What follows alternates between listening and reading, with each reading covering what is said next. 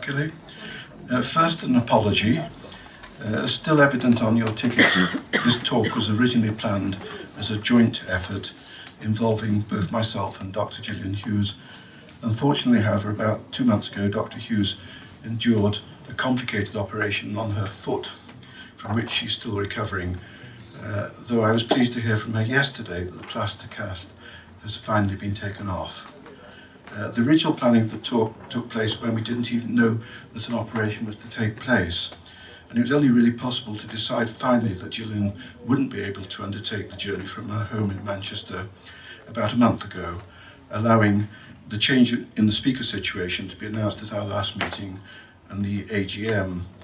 Even so, if someone thinks they've been enticed here under false pretences, then I do apologise. And Lee Simpson, as our Events Convenor, might even be persuaded to entertain a refund. He's just shaking his head. The talk I'll be delivering this evening, though, is essentially what we had both planned, springing as it does from a joint project. I'm also hoping that Gillian will be considered as a speaker for our 2019 sequence of talks. And I know she has something potentially for us on Scott on the stage, a scintillating and often overlooked aspect of his career as an Edinburgh poet.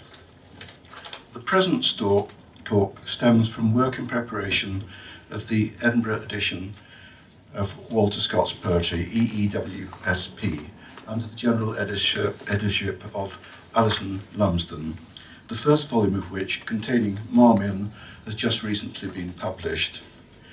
Naturally, the lion's share of the planned 10 volumes will be taken up by the large narrative poems, hugely popular in Scott's day, and unlike the novels, directly acknowledged by him as the author. Whereas editing procedure can in many ways follow the Edinburgh edition of the Waverley novels, EEWN, completed in 30 volumes in 2012, several new problems have been thrown up. One is the relatively social nature of the large poems, with Scott as the named author actively responding to friends and correspondence in making changes to later editions. Another lies in his habit of continually adding or revising notes, muddying the water somewhat compared with the initial creative impulse cut-off point applied in EEWN. Neither of these problems, however, seriously complicate the volume of Scott's shorter poems, which I'm editing with Gillian Hughes, and which is due to appear next year as the second in the collected edition. And the EUP's blurb, which they're going to put in their next catalogue, is there in photocopied form in front of you. Don't worry, you won't be asked to pay £150 yourself. This is for the library sales, and I'm sure we'll arrange a discount for club members later. However, the diverse nature of its contents, deriving from songbooks, personal albums, letters, book inscriptions, and a variety of other sources, does present a number of individual issues, with each item potentially claiming its own special editorial treatment. The extent of textual evidence is also inconsistent. In some cases we have no manuscript, in others only the manuscript. Another conundrum might also seem to lie in the question of what constitutes a shorter poem. We deliberately avoided the more pejorative minor. Here at the upper margin there proved to be little difficulty, the demarcation between book-length items and shorter pieces being relatively clear. At the lower margin more care was needed, notably in the case of the kind of impromptu doggerel verse that Scott was inclined to dash off while otherwise occupied. In this case, the ruling has been to exclude fragmentary items which were interspersed, say, in a letter, rather than standing individually apart. These pieces, however, will feature in another volume, largely devoted to original verse by Scott and the Waverley novels. The main foundation of any such project, of course, lies in the research and seeking out of all available materials. A natural starting point here was the collected poetical works of Scott's own day, commencing in 1820 and ending with the slightly posthumous 1833-34 12-volume set edited by his son-in-law, J.G. Lockhart. Following on from this, a number of fresh items, such as juvenile pieces, appeared in Lockhart's Life of Scott, 1837-38, most of which were duly added to later collections, such as the one-volume edition published by Robert Cadell in 1841.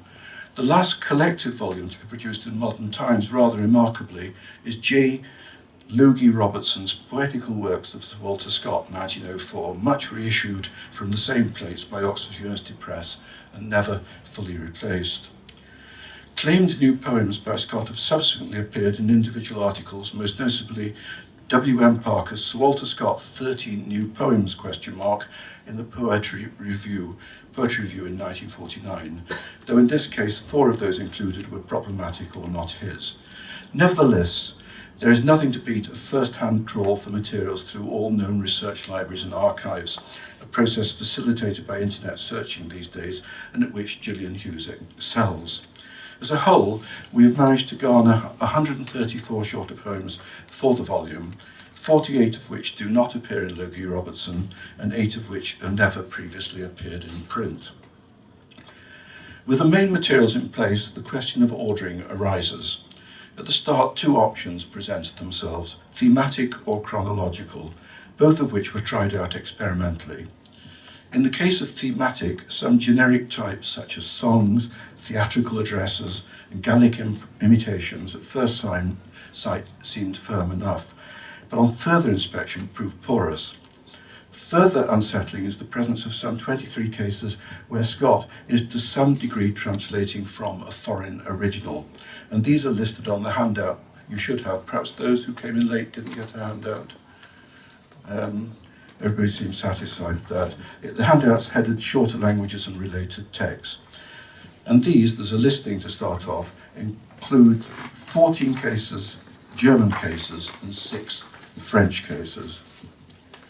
While a field such as German translations might appear inviting, this, among other things, would risk entangling 2 dimensions, the generic and, for want of a better word, linguistic, so that items definable by the first could get isolated in the second grouping.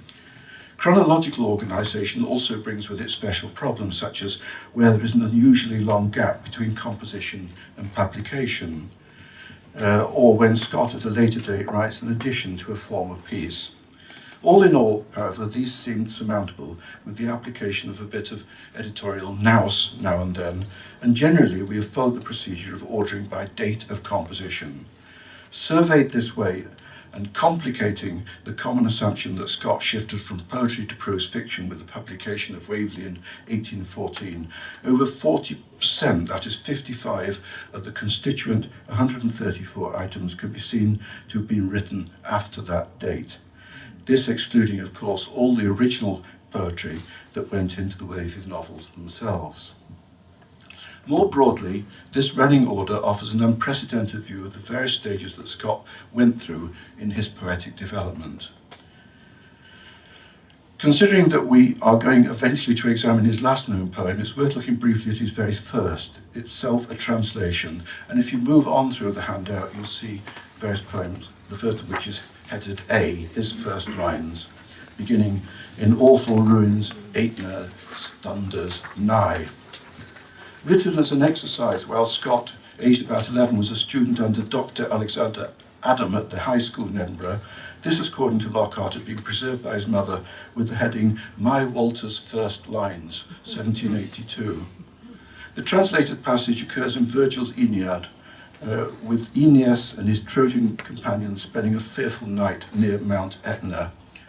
The relevant 8 lines of Latin pentameter in the original are rendered with some efficiency in the 12 lines of decasyllabic couplets in Scott's version. How much owing to Dr. Adams' prompting is anyone's guess. In his use of heroic couplets, Scott's approach matches John Dryden in his classic English Augustan 1697 version of the Aeneid, though Dryden's translation is somewhat freer than Scott's own. It might also be worth noting the imaginative recreation of a foreign location here, if only in view of things to come later. And as you'll have seen with this first instance, I'm not necessarily going to read these poems out, and you're very welcome to sort of scan them as I chunder on here at this dais. Scott's next two poems, On a Thunderstorm and On the Setting Sun, likewise juvenile exercises, both feed on the devotional literature of a Presbyterian upbringing, with one adult observer reportedly suggesting that they'd been lifted from an evangelical magazine. The next cache of poems, some 12 in all, stemming from his youthful courtship of an unidentified Jessie from Kelso, exploits a familiar Scots vein, "Lassie, can ye love me well," etc., with seduction progressively the underlying aim and becoming more complex as the relationship stalled and soured. Another body of verse surrounds his subsequent and ultimately unsuccessful courtship of the socially more elevated Williamina Belches, much of this preserved in a notebook titled Adversaria, commenced in 1792 and now held at Abbotsford, which employs a number of styles not unlike those common in polite periodical literature of the time. During the Jessie phase, Scott had also come into contact with more antique forms of English verse, helping enhance his more courtly addresses, some of which seem to have been recycled post-Williamina in other directions. For whatever reason, none of his poetry appears to have been addressed to his eventual wife, the French-born Charlotte Carpentier, whom he first met in 1797 at the Cumbrian Spa resort of Gilsland. His one known poem, written while staying there, with flowers from a Roman wall, evidently having been meant for another lady. Charlotte, however, was soon to prove assiduous in transcribing Scott's verse in booklets for potential sponsors. But without further stimulus, one doubts whether he would have progressed much further into the public sphere. It was here where the input of German literature proved so essential. This is not to deny Scott's preceding acquaintance with other modern foreign languages, with which he immediately felt more at home than the classics.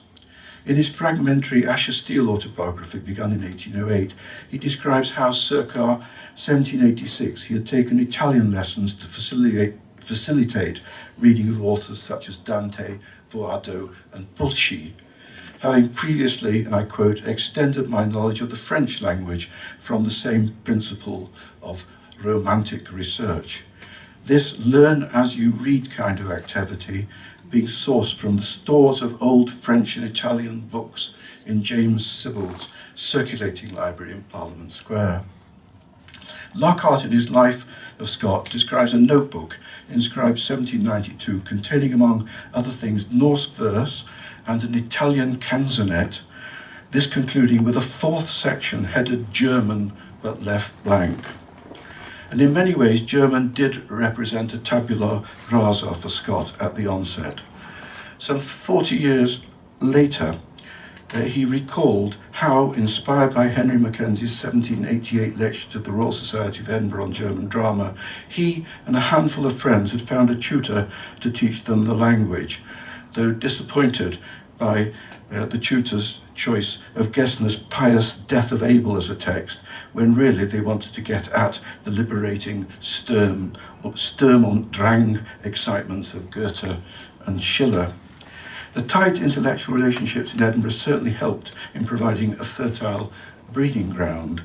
Scott even argued an affinity between German and Lowland Scots as an inducement. German texts were hard to procure, but Scott had a useful personal contact, notably Harriet Bruhl, the daughter of the Saxon ambassador to the court of St. James, who in 1795 had married his kinsman, Scott of Harden. In personal terms, his first attempts at composition from the German coincided with the turning point in his relationship with Williamina Belches, providing an outlet for pent-up sexual energies in a boisterous turning up of fresh literary ground. The resulting output of translations, conducted intuitively, varying between transliteration and adaptation, and sometimes involving schoolboy howlers, was phenomenal, and even now is only being fully gauged. Between 1796 and 1798, Scott translated at least 6 German players, these including August Wilhelm Iffland's Die Mundel, The Wards, the basis of a splendid reenactment orchestrated by Michael Wood, who I'm pleased to say is with us this evening, in Edinburgh just recently. One further spur here was the possibility of recognition through the wider phenomenon of Germanism in England, as stimulated by M.G. Monk Lewis and others, and where dramatists such as Kotzebue had become all the rage at theatre. Scott's own House of Aspen, loosely based on a play by Leonard Wachter under his pseudonym of Veit Weber, narrowly missed staging at Drury Lane. His 1798 translation of Goethe's Götz von Berlingen did, however, manage to become his first book-length publication, when, with Lewis's assistance, it was brought out by the London bookseller James Bell in March 1799. Earlier, in May 1798, as Michael Wood notes, he had also proposed to the publisher Cadell and Davis a 12-volume annotated compendium of the chef d'oeuvre of the German stage, which, if realised, would have involved some 36 plays. The shorter poem volume contains 9 items relating directly to this phase. William and Helen and The Chase, both based on poems by Gottfried August Bürger, were published together in Edinburgh in 1796. Another Bürger-based poem, The Triumph of Constancy, however, survives only as a booklet presentation to Harriet Scott of Harden, while 2 translations from Goethe, Lamentation of the Wife of Asenarger and The Mermaid, both failed to get beyond manuscript form. The Earl King, again based on Goethe, found an outlet in the Kelso-printed Apology for Tales of Terror, 1799, while Frederick and Alice, from a play with songs, Singspiel that is, by Goethe, did actually make it into M.G. Lewis's Tales of Wonder, 1801. The song Rheinweinlied, inserted in the House of Aspen, is based on the final 2 stanzas of a song by another German writer, Matthias Claudius. One previously unidentified item from Adversaria, the martial Which of Us Shall Join the Forces, represents a kind of hybrid, commencing as a loose translation of an Estonian folk song translated by Goethe and anthologized in Goethe's Volkslieder, but then taking off in a different direction. The example I want to give today, however, in one sense is only the most tangential connection with the German source text, hence its inclusion on the handout list as German related at number 24. The rouse of the Royal Edinburgh Light Dragoons, which is text B on the handout, relates to Scott's joining of a volunteer cavalry force at a time of threatened French invasion in 1797. Hitherto, this was mainly known through its printing as a war song in the 3rd volume of Scott's Minstrelsy of the Scottish Border, which came out in 1803, that volume. However, we've been able to locate a rare, possibly unique copy of the original song sheet in the Ingalls collection in the National Library of Scotland, which, with the music and minus the minstrelsy's editorial clutter, allows a fuller sense of the song's original German inspiration. The use of the term rouse in the original is itself an indication, deriving from the German raus, signifying to awaken, get up, put in motion, and in military terms representing a signal, typically by a bugle, that it's time to get out. The music provided on the song sheet in its basic melody matches that accompanying the Abschiedslied, farewell song, by the German poet and composer Christian Friedrich Daniel Schubart, Schubart with an A. The first of Zwei Kaplieder, 2 Cape songs, this had been written and set to music by Schubart a few weeks before the departure of a battalion of German mercenaries to Cape Town in February 1787 in the service of the Dutch East India Company, consisting of 12 verses with a similar rhyme scheme of A, B, C, C, B. Its first 2 lines, and here I give myself away, I can't pronounce German, I just about understand it on the page. Auf, auf, ihr Brüder, und seid stark, der Abschiedstag ist da. On, brethren, be strong, the departure day is here. And this leads immediately into Scott's own rousing opening. To horse, The standard flies, the bugles sound the call. Schubert's Kriegslied, battle song, enjoyed considerable popularity as a military march and must have been familiar to Scott and his associates by the late 1790s. In fact, there is evidence of the song and words being introduced to Scott by his friend James Skene, recently returned from Germany when the two were quartered at Musselburgh near Edinburgh in the summer of 1798. Some of the political content in Scott's version is also worth noting. In the third stanza, reference is made to the reduction of European countries to the status of client states by revolutionary France, aided by Napoleon's military successes. In particular, the forming of the Batavian Republic after the occupation of Holland, the seizure of art treasures in the Papal States, and the overrunning of Switzerland by French troops and the proclamation of a Helvetic Republic. Though tamely crouched the Gallias frown dull Holland's tardy train, their ravaged toys, though Romans mourn, though gallant Switzers vainly spurn, and foaming gnaw the chain. You get the idea. The penultimate stanza beginning, then farewell home and farewell friends, alludes to the Corps' stated willingness in its regulations, drafted by Scott, to march to any part of Great Britain, though in the event they did little more than career up and down Musselburgh sands, with Scott's lameness consigning him mainly to the role of quartermaster. With our own perceptions, perhaps still coloured by recollection of 2 world wars, increasingly less, hopefully, it would be easy to underestimate the extent to which, for Scott, culturally and politically, Germany stands for the forces of liberty and national expression. Scott continued to follow events in Europe avidly during the long Napoleonic Wars. Much of his information, it would seem, coming from newspapers. It was a newspaper report by his own account that triggered his song, The British Light Dragoons, number 26 on the list, don't bother with it too much, celebrating a cavalry engagement in the Peninsular War, in which British cavalry had gained a momentary success. This incidentally set to a tune, The Bold Dragoon, where the refrain, whack, row, de row, has a more libidinous meaning. His interest reached a fever pitch during 1813-14, when, after the failure of Napoleon's Russian campaign, the Allied forces, including Austria, Prussia, and the liberated Rhineland states, moved westwards against France.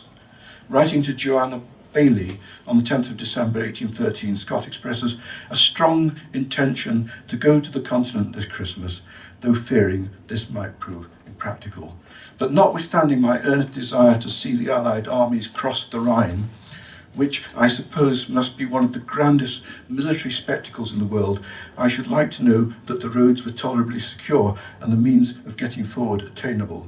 In spring, however, if no unfortunate change takes place, I trust to visit the camp of the Allies and see all the power, pomp and circumstance of war, which I have so often imagined and sometimes attempted to represent in verse. Interestingly, when Scott subsequently wrote up at length the events of this period in A History of Europe 1814 for the Edinburgh Annual Register, it is the prospect of a revival of national spirit amongst the fragmented and recently oppressed Rhineland states that most excites him. That of the Germans in particular broke forth in the most striking manner when, in pursuit of the retreating enemy, they first came in sight of the broad and magnificent current of the Rhine. The name of that noble river has something sacred to a German. It mingles in the popular songs of his country, and it occurs in every page of his national history. Prior to his return to Edinburgh early in May 1814 for the summer legal term, bringing the unfinished Waverley with him, Scott had responded with increasing delight to news of the Duke of Wellington's victory at Toulouse, ending the Peninsular War, the Allies' occupation of Paris, and the abdication of that great disturber of Europe, Napoleon. A record of his feelings at this time is provided by 2 original songs that he composed for the first dinner of the Pitt Club of Scotland, as held in the Assembly Rooms in Edinburgh on Saturday the 20th 8th of May, just 2 days before the signing of the Treaty of Paris. A large number of pit clubs had sprouted up in 1813 to 14, encouraged by the mounting Allied successes, which were viewed by Tory supporters as vindicating the measures taken by William Pitt the Younger during the earlier days in the war with France. The first stanza of the first song, which is not included in the handout, invokes a popular story about Pitt folding the map up in near despair. Oh, dread was the time, and more dreadful the omen, when the brave on Marengo lay slaughtered in vain, and beholding broad Europe bowed down by her foemen, Pitt closed in his anguish the map of her reign. Not the fate of broad Europe could bend his brave spirit to accept for his country the safety of shame. Oh, then in her triumph remember his merit, and hallow the goblet that flows in his name. Now more commonly associated with the Battle of Austerlitz in 1805, just prior to Pitt's death, Scott here as elsewhere places the anecdote in the aftermath of the Battle of Marengo in 1800, at which the Austrians suffered huge losses, leading to their suspending operations in Italy, greatly strengthening Napoleon's position as first consul. Maps themselves seem to have acquired great significance for Scott in this context. Reportedly, he had one in his carriage expressly for following the campaigns. This aspect is also apparent in the second song, For All That and All That, which is text C on the handout, more popular on the night, though slower to enter the Scott canon. In following the words and tune of the Burns song, now famous for its line, "A man's a man for all that," Scott might be accused of having created here something of a jingoistic parody. But in his own worldview, the new song is all about the restoration of liberty, as expressed in stanzas 2 and 3 in terms of organic national emblems. In the second stanza, the shamrock, rose and thistle thus represent the home nations, now in alliance with France, with the fleur-de-lis being specified again in the last line in recognition of Scotland's harbouring of the exiled Bourbons after the Revolution. We'll twine in her a friendly knot with England's rose and all that. The shamrock shall not be forgot, for Wellington made braw that. The thistle, though her leaf be rude, yet faith we'll no miscore that. She sheltered in her solitude the fleur-de-lis for all that. These are mirrored with equivalent symbols for the main allies in the following stanza.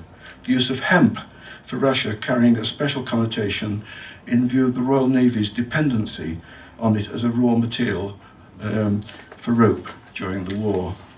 The Austrian vine, the Prussian pine, for Blucher's sake, hurrah that. The Spanish olive too shall join and bloom in peace for all that.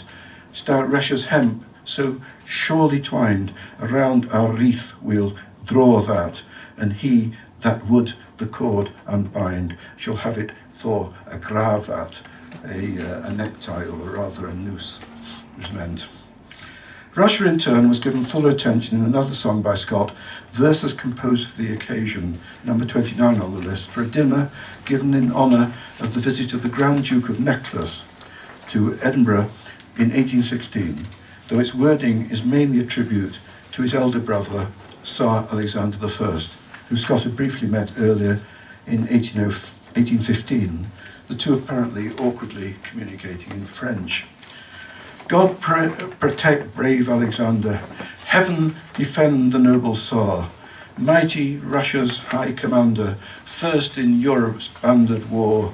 For the realms he did deliver from the tyrant overthrown, thou of every good the giver, grant him long to bless his own.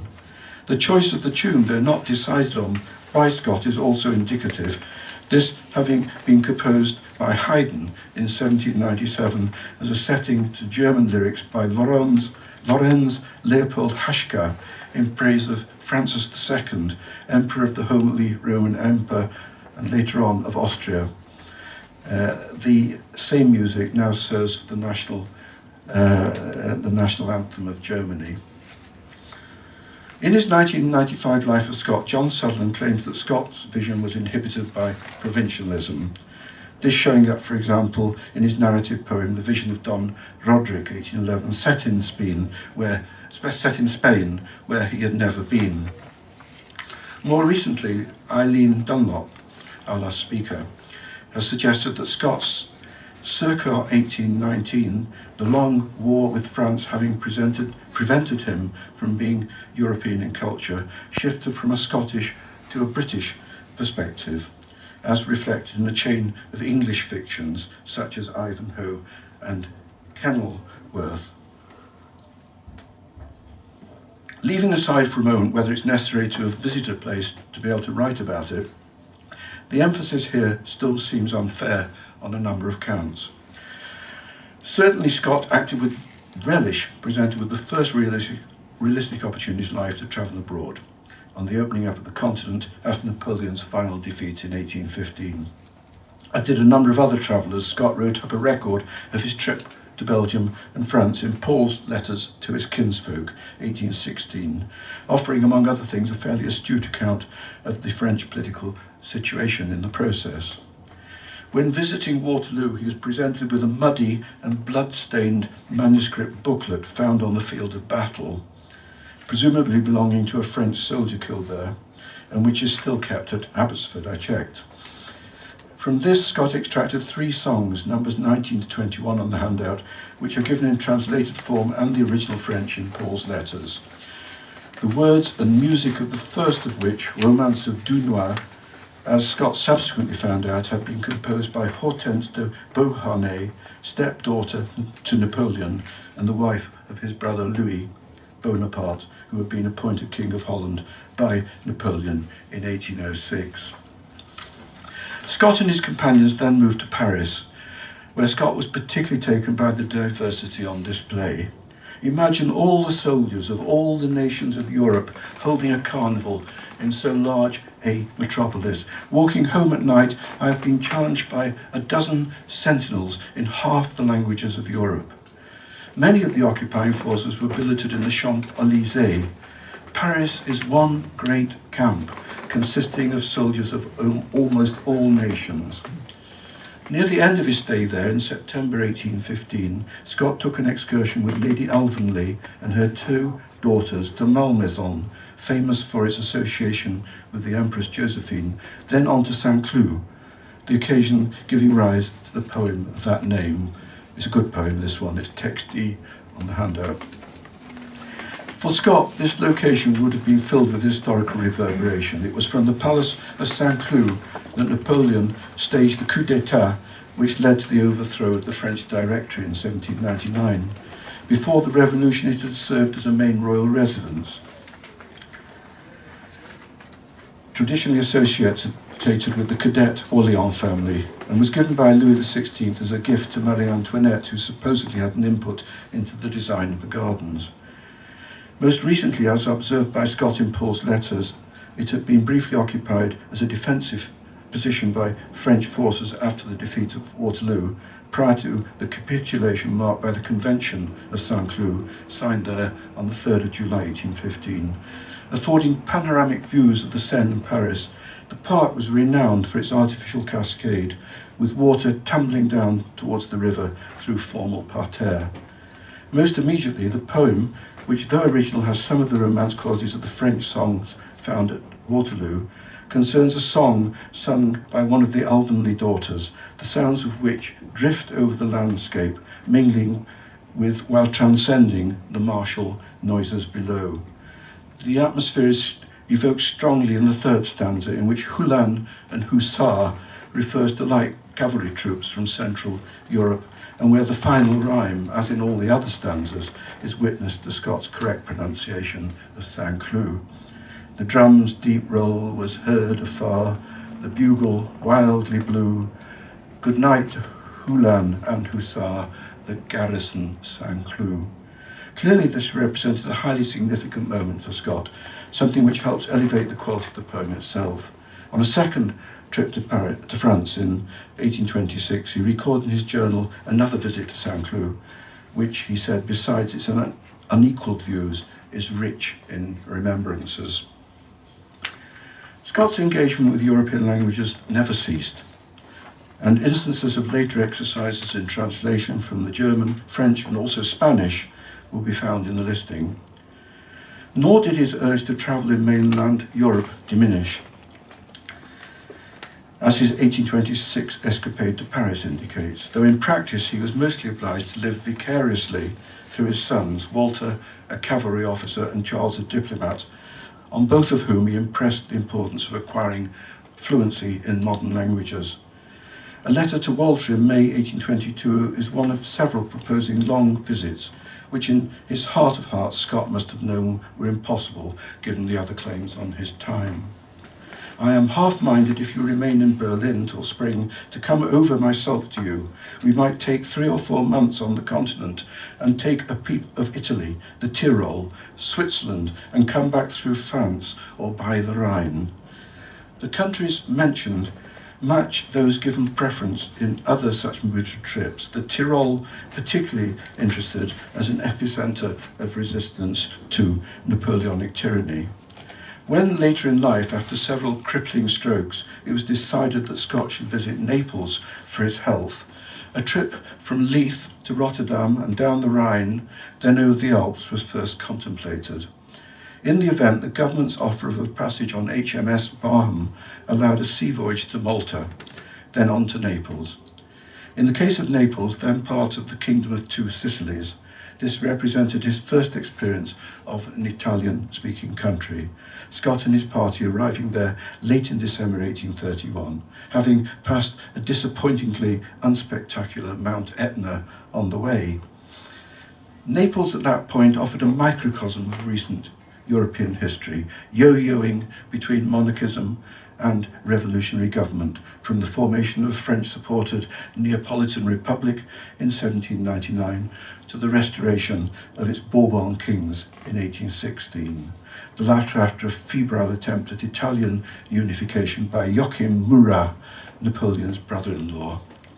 Since then, there had been an insurrection by the Carbonari in 1821, followed by an Austrian-backed re-establishment of royal authority. During his stay of several months, in spite of incapacity, Scott struggled to engage culturally with his environment, collecting Italian books to be sent back to Abbotsford, commissioning the transcription of a romance in the Royal Library, and seeking out cross-cultural parallels in local folklore. In an audience with the king, communication was severely limited on both sides, a reminder again that Scott's capability with the written word didn't necessarily extend to vernacular conversation. In more immediate terms, Naples had become an important hub in the pan-European diplomatic scene, a main terminus for those undertaking the Grand Tour, as well as having a sizable foreign residential community, mostly aristocratic in character. This entailed a seamless succession of balls, one with costumes based on Waverley novel characters, concerts, amateur theatricals, and diplomatic receptions, not all of which Scott could manage to avoid. It was at one of these that he presumably met the Russian aristocratic lady whose request was to lead to his last known poem, which is E on the handout. I'm going to read it out. 3 versions of this are known to have survived, all of them apparently fragmentary and bearing witness to the extent which Scott's illness had impaired his scriptorial abilities. Scott also seems to have been uncertain as to who exactly he was addressing, with the name being rendered as Wallenlus or Wallenleaf at various points, this perhaps resulting from his having only heard it spoken. The intended addressee of these verses, however, can be identified with some certainty as Princess Zinaida Volkonsky. And I'm not sure how it's pronounced in Russian, perhaps Dermot might know a bit better. But Volkonsky will do for the moment, presumably. I'll show you later, Dermot. Yeah. Who in 1810 had married Prince Nikita Volkonsky, an aide-de-camp to Tsar Alexander I, and she'd subsequently settled in Italy in 1829, where her singing, acting, and conversational skills led to her becoming a popular hostess. Though he may have forgotten by this point, Scott had previously noted the diplomatic role played by her husband during the Franco-Russian War in his mammoth 9-volume Life of Napoleon, published in 1827. The text in the handout is an edited version, primarily based on one of the surviving manuscript drafts in the National Library, with conjectural emendations in the case of the most severe slippages. I'll read it. Lady, they say thy native land, unlike this clime of fruit and flowers, loves like the minstrel's northern strand the sterner shores of nature's powers. Even beauty's powers of empery grow feeble mid decaying bowers, until even you made set a task too heavy for the poet's powers. Mortals in vain, so says the text, seek grapes from briars, from thistles corn.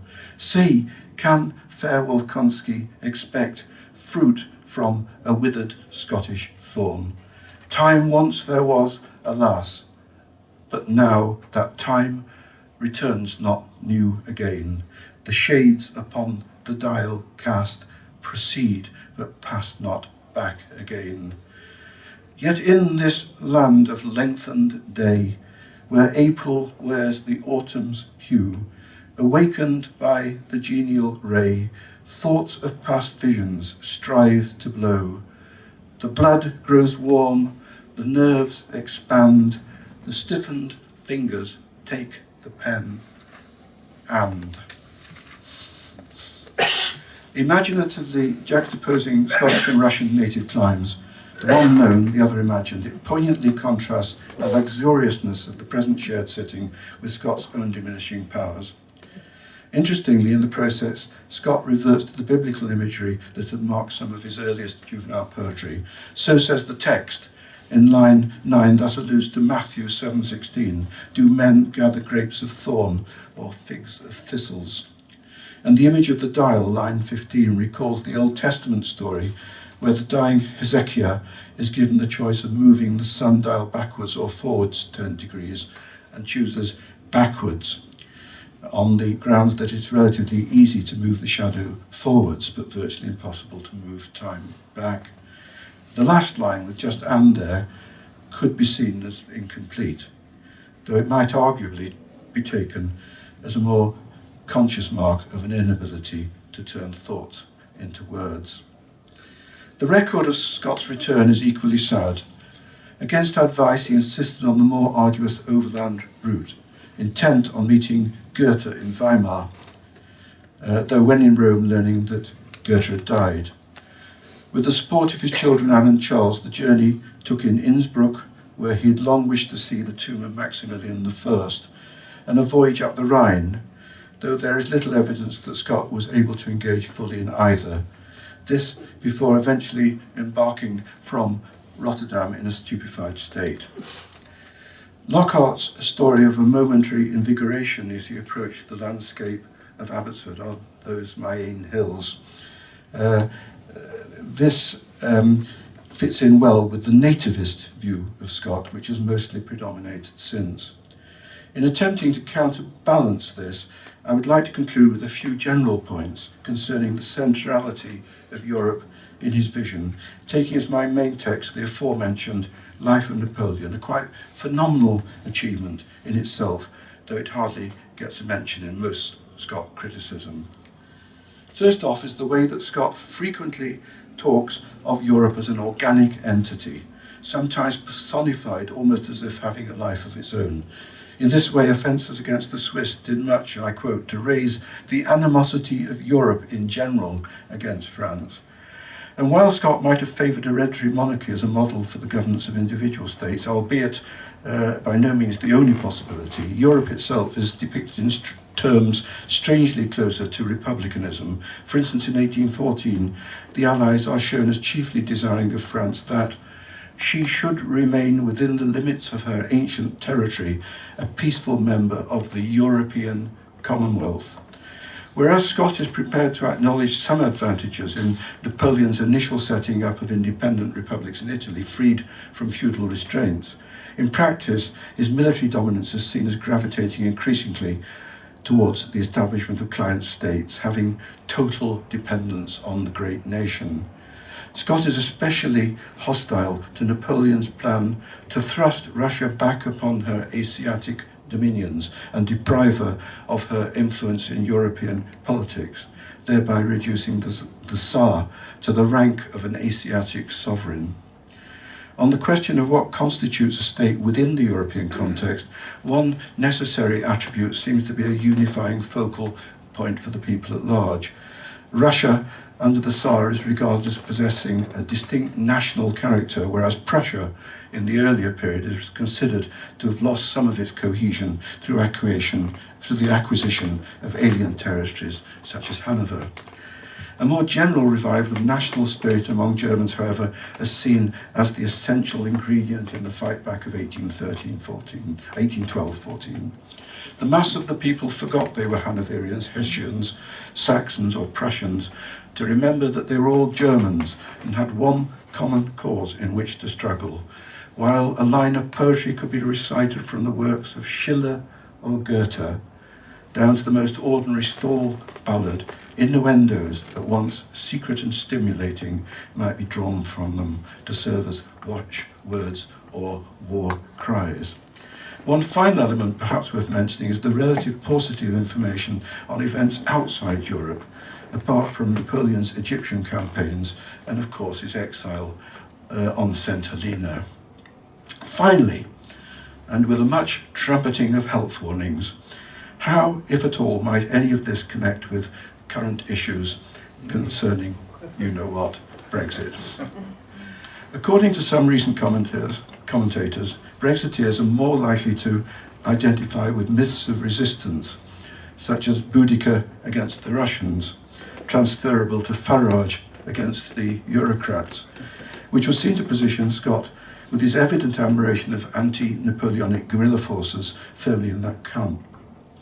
Scott's dramatic rendition of Napoleon's response to warnings from his minister Fouché against invading Russia seems especially to invite the equivalent of a present-day up yours response.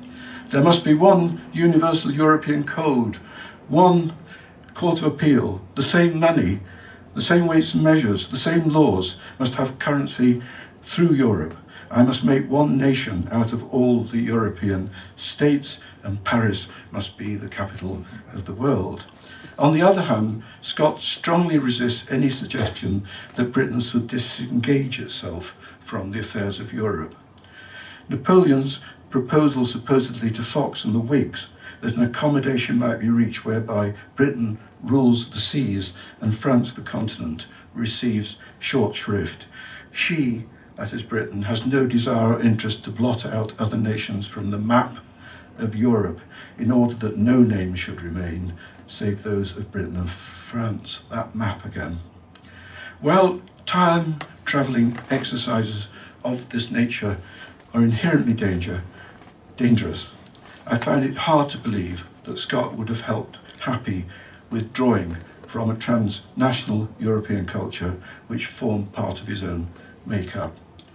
One dissipated through imperialism later in the 19th century and now perhaps in danger of being lost to us once more.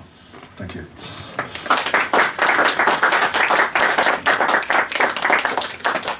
Well, ladies and gentlemen, I'm a sort of link man here before I call upon Professor Ian Campbell to close a word of thanks. Just to give an excellent speaker time to draw breath, I have two announcements to make. One concerns the colloquium, I think on the 16th of August, that's fine. And the second is that the letter, the usual letter, summer letter from our efficient secretary will be coming out in July. So have patience and you'll get this letter which will elucidate many things and give you a program for the months to come. So with that said, I would ask if there are any questions. Sorry. Reed, do you want to say something? Yeah, I have a question, yes. A question, sorry. Yeah, I was intrigued when you were talking of the German translations there. You've hidden some intrigues from us. You talked of his schoolboy howlers. Do you have any examples of that? There is someone in the room who does have examples, and in fact I took it from him partly. That's Michael Wood. But he did make, he mistranslated certain terms, didn't he? They're a couple fairly basic ones, but by and large he's alright. But say for example he translates Glatzer, which would be a bald head, as glasses. So he talks about breaking someone in the 16th century breaking someone else's glasses. And spectacles, and Yeah, I see, rather than what was Yeah. really Yeah. in the original. Someone's pate, Pate, wouldn't yeah. it? Yes. Thanks. Any other questions?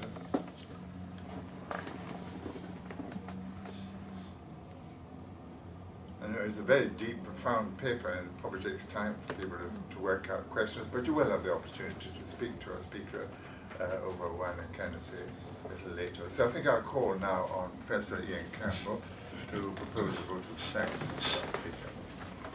Thank you. It's years now since I twitted Peter Garside as having made a mockery of the word retirement, and he continues to make a mockery of it. And Joe Hughes continues to act in ways that it's strange to think that one person can do so much work and still live a life. There's a strange parallelism between what we've heard tonight and the work that goes on in parallel with Thomas and Jane Carlyle, learning German across the boundaries of what's available, how you can find people to help you avoid howlers, how difficult it is to travel and learn from travel, especially when you are someone as fundamentally averse to travel as Carlyle was. Listening to the scholarship that Peter brings, not just to the collection of texts in which he has an enviable record, but also in the comparison of what is a good text and a bad text. And there both Peter and Joe, thanks to Hogg, thanks to Scott, have unparalleled reputations. What I'm doing is thanking you, Peter, for a book that hasn't appeared yet. But what we know is that the strengths that you and Joe bring to it are incomparable. And just what you've given us tonight makes me want to go and read the book. And for a book that's not yet finished, that is a rare compliment. Thank you very much.